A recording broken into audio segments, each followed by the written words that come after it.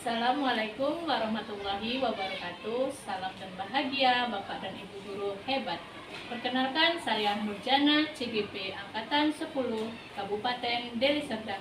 Berikut ini saya akan mewawancarai Ibu Kepala Sekolah SDN 101900 Lubuk Pakam dengan Ibu Laras Isning Tias MPD. Baik, mari kita ikuti.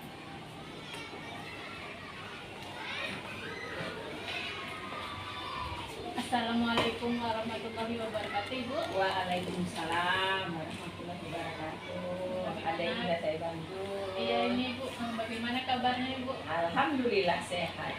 Begini Ibu, saya ada tugas nih pada modul demonstrasi kontekstual untuk mewawancarai Ibu Kepala Sekolah sebagai pengambilan keputusan sebagai kepemimpinan, di mana di situ adanya kasus-kasus dilema etika selama ini.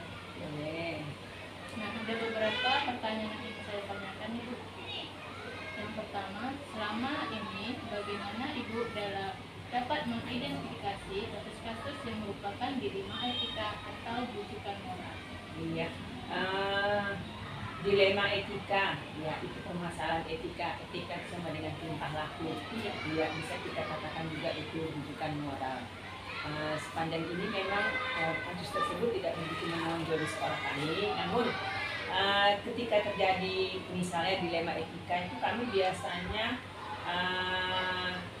mengidentifikasinya dahulu apakah memang benar itu dilema etika dan memang rujukan moral. Memang kita sadari generasi zilenial ini memang begitu rentannya lah terhadap tersebut, itu pengaruh dari gawai yang dia lihat, tingkah laku orang-orang sekeliling kita, itulah yang kita lihat. Jadi ketika ada dilema etika, kami yang menjadi masuk akal itu tidak dibenarkan, dan yang masuk ke dalam dilema etika itu juga tidak dibenarkan. Jadi kita harus memilih mana dia yang sesuai dan mana yang tidak sesuai. Ya, Ibu, untuk pertanyaan kedua nih, selama ini bagaimana Ibu menjalankan pengambilan keputusan di sekolah Ibu, terutama untuk kasus-kasus di mana ada dua kepentingan yang tadi, yang sama-sama benar atau sama-sama mengandung nilai kewajiban? Ya, seperti yang sudah kita ketahui, ya, pengambilan keputusan memang itu dilaksanakan secara musyawarah. Biasa dikenal itu dengan kalau kita punya musyawarah untuk mufakat, ya itu bersama-sama dia. Kepada siapa kita bermusyawarah? Kepada rekan guru, kepada guru kelasnya, kepada guru yang lain, kepada warga sekolah yang kita anggap memang bisa kita ajak musyawarah. Nilai terutama di musyawarah standar ini. Jadi ada kegiatan musyawarahnya ya? Iya, betul. Ketiga ini langkah-langkah atau prosedur seperti apa yang bisa Ibu lakukan selama ini? Jadi prosedurnya itu kita bertanya dulu kepada si siswa jika ada permasalahan, dan itu kan dimunculkan oleh guru kelas. Iya, kita tanya guru kelas apa dulu permasalahannya, kita tanya secara hati ke hati, iya, karena memang anak-anak ini sekarang harus kita heart to heart katanya gitu ya kan. Selanjutnya ketika sudah kita kesepakatan, kita panggillah orang tua, kita buat kesepakatan ya, dan bermusyawarah lagi dengan para guru. Nah, yang keempat Bu, hal-hal apa saja yang selama ini Ibu anggap efektif dalam pengambilan keputusan pada kasus-kasus dilema? Iya, hal-hal yang saya anggap efektif itu adanya supervisi. Supervisi itu kan memang sudah tugas kepala sekolah.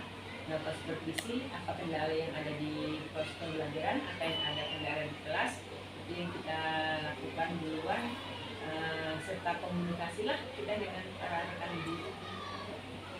Nah, yang kelima ini Bu, hal-hal apa saja yang menjadi tantangan dalam pengambilan keputusan kasus-kasus dilema etika? Hal apa saja tentu banyak itu hal-hal. Kadang ketika kita memanggil orang tua, orang tua tidak berterima bahwa anaknya ini cenderung ke kasus dilema etika, kurangnya etika. Jadi ya itu yang menjadi tantangan, tapi alhamdulillah ketika kita menjelaskan secara rinci dan dengan persuasif, pendekatan yang enak, mereka mau terima. Nah ini Bu, apakah Ibu memiliki sebuah tata cara atau jadwal tertentu dalam sebuah penyelesaian kasus di lingkungan kita? Apakah Ibu langsung menyelesaikan di tempat atau memiliki sebuah jadwal untuk menyelesaikannya dalam bentuk atau prosedur seperti apa jika Ibu lakukan? Sebenarnya untuk kasus dilema etika ini kami tidak mempunyai jadwal khusus, karena memang untuk kasus seperti ini alhamdulillah tidak begitu menonjol di sekolah kami. Jadi ketika ada yang agak ke arah sana langsung kita selesaikan, langsung dipanggil ke wali kelas, kita bicara baik-baik, turun ke lapangan dan kita melihatlah, dan pentingnya kita berkoordinasi dengan rekan-rekan sejawat. Yaitu ada koordinasi ya. Iya. Nah yang ketujuh nih Bu, adakah seseorang atau faktor-faktor apa yang selama ini mempermudah atau membantu Ibu dalam mengambil keputusan dalam kasus-kasus di lingkungan kita? Banyak. Di sekolah ini ada guru senior, meskipun saya kepala sekolah pimpinan di sini, tapi ada guru senior.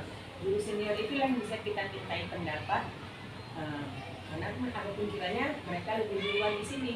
Jadi itulah kita dulu tidak ada salahnya kita tanya pendapat, dan guru yang masih baru kan bisa kita tanyakan pendapat, karena memang kan pemikiran orang tua dengan yang baru ini kan masing-masing, tapi bisa kita kolaborasikan, bisa kita temukan di situ. Ya ini Bu, nggak terasa ini pertanyaan terakhir dari saya Bu. Dari semua hal yang telah disampaikan, pembelajaran apa yang dapat dimengerti dari pengalaman Ibu mengambil keputusan di lingkungan kita?